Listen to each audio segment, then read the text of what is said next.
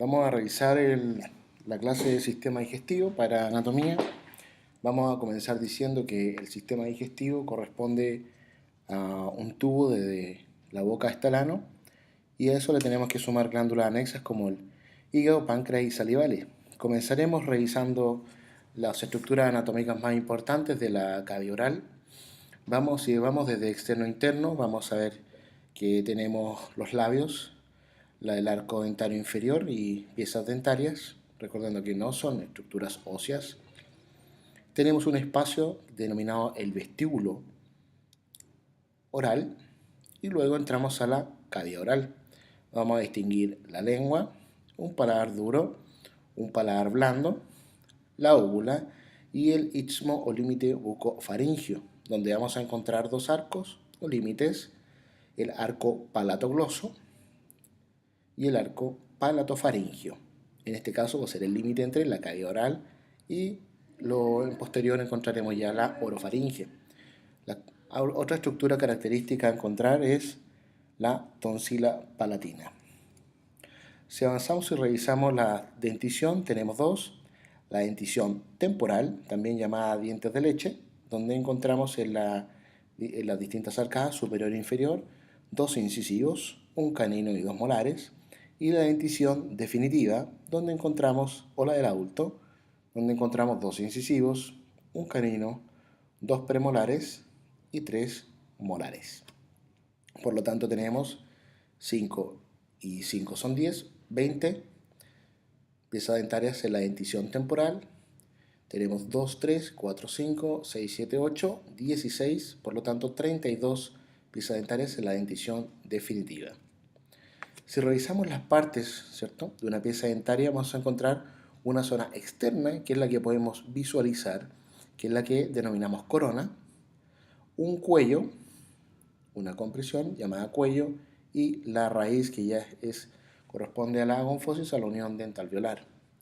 Podemos ver de la parte externa la corona, en la zona de la corona, el esmalte, la dentina y la zona sensitiva, donde hay arterias, venas y nervios, que corresponde a la pulpa. En la zona más interna podemos ver el cemento y la membrana o ligamento periodontal. Si vamos a la lengua, podemos ver que existe una base o raíz y un cuerpo. Y este cuerpo podemos ver dónde está el cursor, la zona superior llamada dorso, las caras en los bordes laterales de la lengua, izquierdo-derecho, el ápice por su cara inferior, llamada de la misma forma, y podemos identificar una serie de papilas gustativas, que hay tres tipos: caliciformes, filiformes y fungiformes, que nos van a informar de presión, temperatura, gusto y tacto. Si entramos ya a revisar las glándulas salivales, vamos a encontrar que son bilaterales. Encontramos una fuera de la cavidad oral, la glándula parótida, y dentro de la cavidad oral, bajo la lengua, la glándula sublingual, y bajo la mandíbula, la glándula submandibular. Luego, si revisamos el esófago, encontramos tres porciones: el esófago en porción cervical, el esófago en porción torácica y el esófago en porción abdominal. Este esófago da inicio a nivel del esfínter esofágico superior, en lo que llamamos el músculo cricofaringio, que está a nivel del o posterior al cricoides.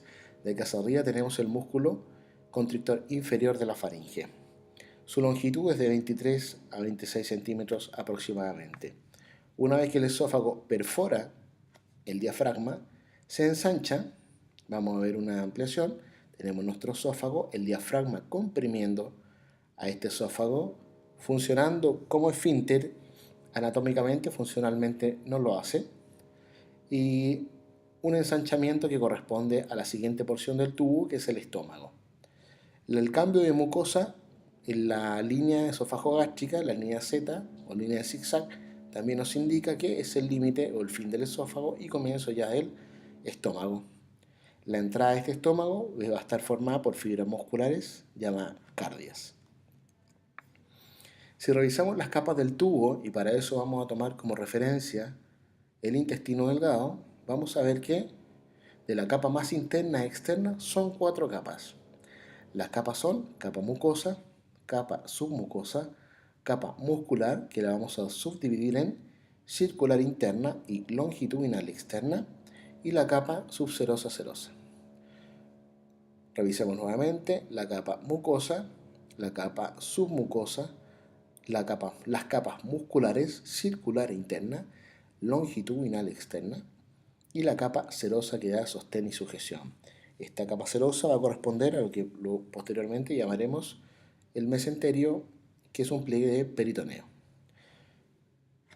Estas capas son similares para todo el tubo digestivo, haciendo una salvedad en estómago. Y cuando se contraen estas capas musculares, tanto en esófago, estómago, intestino delgado, intestino grueso, vamos a decir que estas contracciones involuntarias corresponden a lo que llamamos peristaltismo. Si revisamos el estómago, anatómicamente tenemos una zona de entrada llamada un esfínter de entrada llamado cardias y la salida llamada píloro. Presenta dos curvaturas, una curvatura menor y una curvatura mayor, y se distinguen tres grandes zonas en él: el fondo, el cuerpo y el antro pilórico. Como puedes ver, se ha marcado en una resección las capas musculares, recordando que las capas del estómago y el tubo son similares en toda su longitud, es decir, las capas del estómago también van de capa mucosa, capa submucosa. Sin embargo, las capas musculares no son dos, sino tres. Vamos a leerlas arriba y dice: las capas musculares del estómago son la longitudinal externa, la circular, que era interna, ahora queda media, y se agrega una capa que es la capa oblicua interna. Podemos revisar la capa longitudinal, la capa circular y la capa oblicua.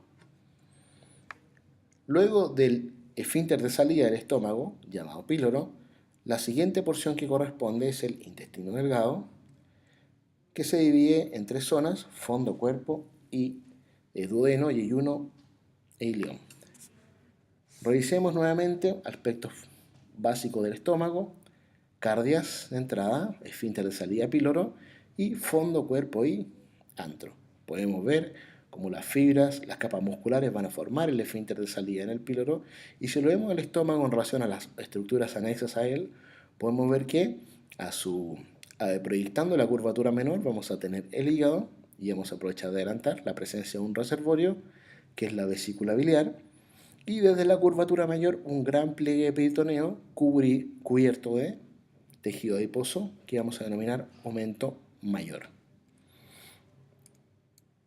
Si continuamos del estómago hacia el intestino delgado, podemos apreciar que el intestino delgado se divide en tres porciones.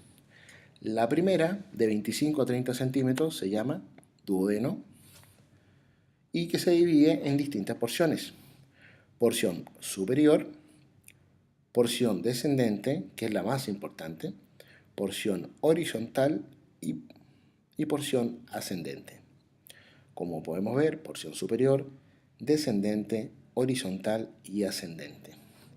Podemos ver que su relación estrecha del estómago con el páncreas en posterior, y en la porción descendente podemos identificar dos orificios de salida que se van a llamar papilas duodenales: papila duodenal menor y papila duodenal mayor. Papila duodenal menor y papila duodenal mayor. La siguiente porción del intestino delgado se denomina yeyuno, de 2,5 metros aproximadamente, y la última porción del intestino delgado se llama ileón. Podemos ver por lo tanto, sus tres porciones: el duodeno, el yeyuno y la última porción del intestino delgado, llamado ileón. Al finalizar el ileón, en la fósil de acá derecha, podemos ver que existe una válvula, que es la válvula ileal. Si hacemos un zoom a la porción terminal del ileón, podemos ver que este ileón finaliza en la válvula ileal, por lo cual la continuación del tubo digestivo corresponde al intestino grueso o colon. Si revisamos la estructura completa, podemos revisar que existe el esfínter ileocecal o la válvula ileal, que es el límite entre el colon y el intestino delgado. La porción inferior o la estructura anatómica inferior a la válvula iliocecal corresponde a una zona llamada ciego, donde vamos a encontrar el apéndice vermiforme, que es comúnmente relacionado por las personas con la patología apendicitis. Podemos ver el orificio del apéndice y el apéndice cecal que no posee meso.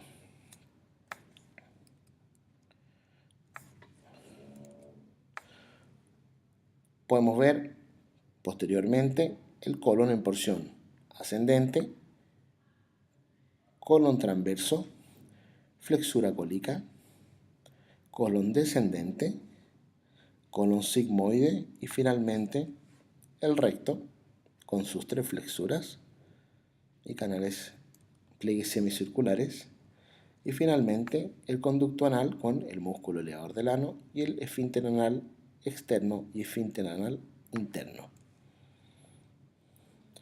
Lo más destacable, estructura anexa a este colon, es la presencia de una cintilla longitudinal que corresponde a la capa longitudinal externa, la capa muscular, que se proyecta por todo el colon y que denominamos tenias. Pues existen 3. Las que están en el colon ascendente y descendente se denominan tenias libres. La que está en el colon transverso se denomina tenia omental, recordando que desciende desde la curvatura mayor, el omento mayor, y por posterior tenemos la tenia mesocólica. Repetimos, tenias libres, tenia omental y tenia por posterior mesocólica. Si revisamos ahora la cavidad abdominopélvica, vamos a encontrar que se encuentra desde el diafragma torácico hasta el suelo pélvico. Sin embargo, dentro de la cavidad abdominopélvica, que estamos marcando a continuación, hay una membrana que la cubre que se denomina peritoneo. Es una membrana serosa, es doble, por lo tanto hay un peritoneo parietal y un peritoneo visceral. Podemos ver que esta membrana cubre por posterior algunas vísceras, da sujeción y sostén al intestino delgado, al colon, al hígado y al estómago.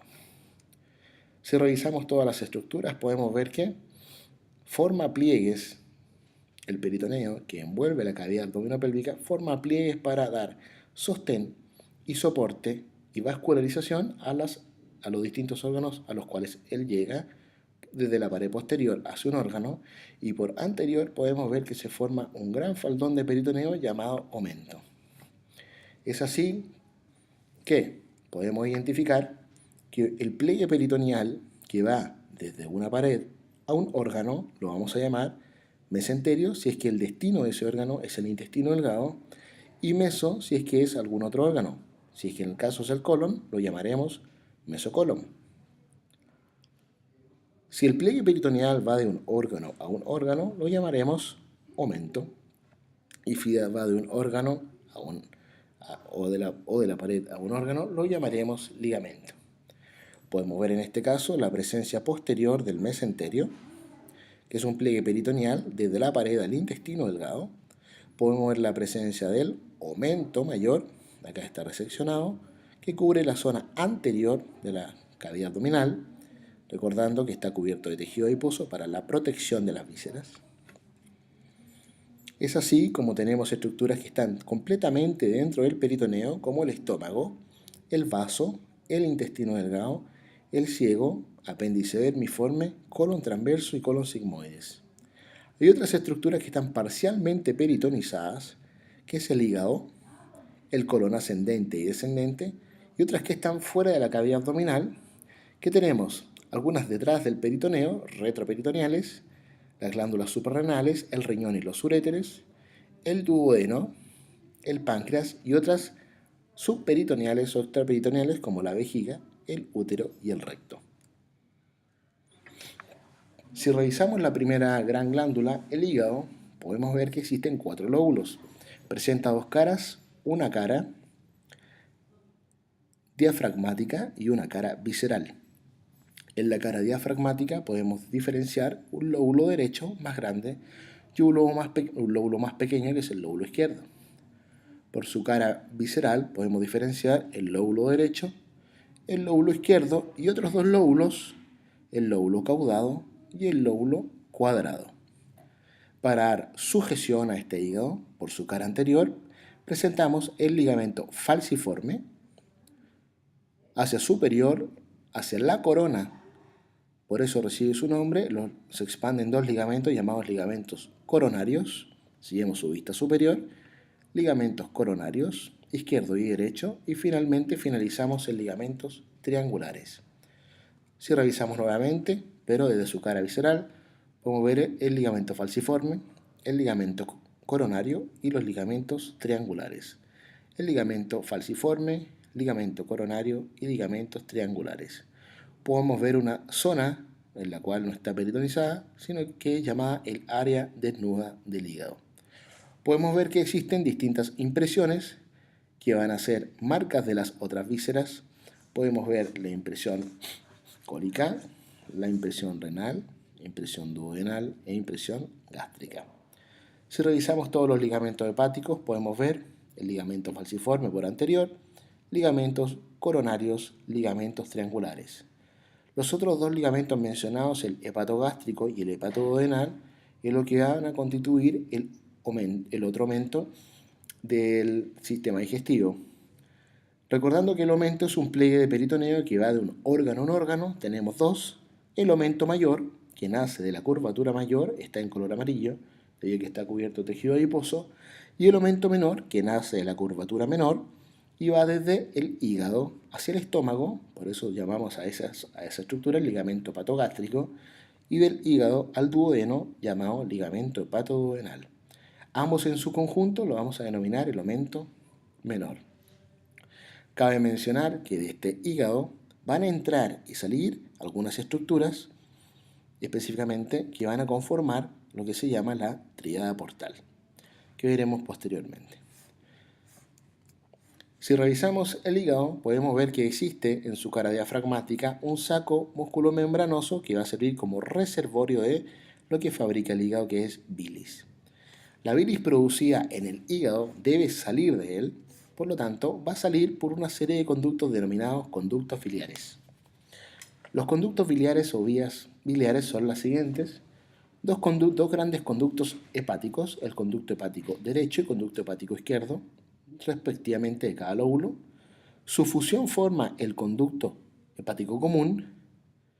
Luego la fusión del conducto hepático común con el conducto de salida de la vesícula biliar, el conducto cístico, va a producir el conducto colédoco que llega a la papila duodenal mayor, anteriormente vista en duodeno. Si volvemos a vesícula biliar, podemos ver que este saco tiene tres zonas: un fondo, un cuerpo y un cuello. Su conducto de salida, el conducto cístico, su fusión con el hepático común forma el conducto colédoco. Cabe mencionar que el colédoco, antes de salir hacia el duodeno, se fusiona con el conducto pancreático principal que veremos posteriormente. Si revisamos el páncreas, podemos ver que existen diversas zonas en él. Una cabeza, que está completamente rodeada por el duodeno, un cuello, un cuerpo y una cola que deja su impresión en el vaso. Si revisamos el páncreas nuevamente, veremos una cabeza, un cuello, un cuerpo y una cola. Podemos ver que existen dos conductos: el conducto pancreático principal, que se encarga de recolectar jugo pancreático en toda su extensión, y el conducto pancreático accesorio. Por lo tanto, el conducto pancreático principal recorre toda la víscera y tiene una dirección inferior. Recordando que la desembocadura es en la papila duodenal mayor, previa fusión con el conducto colédoco. Sin embargo, en la papila duodenal menor solamente tenemos la desembocadura del conducto pancreático accesorio. Cabe mencionar que el conducto pancreático principal y el conducto colédoco se fusionan para formar una estructura que es la ampolla hepatopancreática. Es decir, el colédoco, antes de llegar a la papila duodenal, se fusiona con el principal para formar la ampolla hepatopancreática. Si avanzamos a esta imagen, deberíamos suponer que bajo esta mucosa se encuentra la ampolla hepatopancreática, que es la fusión del colédoco con el conducto pancreático principal. Por lo tanto, por la papila duodenal mayor podemos ver la salida de bilis y jugo pancreático, y por la papila duodenal menor podemos ver la salida solamente de jugo pancreático. Si revisamos la vascularización de la aorta abdominal, podemos desde cefálico a poálico, podemos revisar primeramente la presencia del tronco celíaco y sus arterias, la arteria esplénica, la arteria gástrica y la arteria hepática común. Si vemos la vascularización del sistema digestivo, podemos ver que se lleva a cabo por dos grandes arterias, la arteria mesentérica superior y la arteria mesentérica inferior. Si revisamos la arteria mesentérica superior, podemos ver que irriga gran parte del intestino delgado y la zona del colon ascendente y la mitad del colon transverso. Y la mesentérica inferior, que irriga la mitad izquierda del colon transverso y la porción descendente y sigmoide del colon. El drenaje también recibe el nombre de venas mesentéricas, que encontramos una vena mesentérica superior y una vena mesentérica inferior. Se fusiona con la vena esplénica y vamos a ver que conforma una gran vena de entrada al hígado llamada vena porta hepática, que está marcada en esta zona. Esta vena porta hepática, al ingresar al hígado, recibe toda la sangre y nutrientes de todo nuestro sistema digestivo. Si vemos un panorama general, para revisar la circulación porta hepática, podemos ver que en el hígado existe una zona llamada tríada portal, donde podemos encontrar la arteria hepática, la vena porta hepática y el conducto hepático. La arteria permite la irrigación, la oxigenación y la nutrición de la víscera. La vena porta hepática es la vena de la cual el hígado recibe sangre desde el sistema digestivo. Y la vena de salida es vena hepática. No confundir vena porta hepática en entrada y vena hepática de salida hasta la vena cava inferior.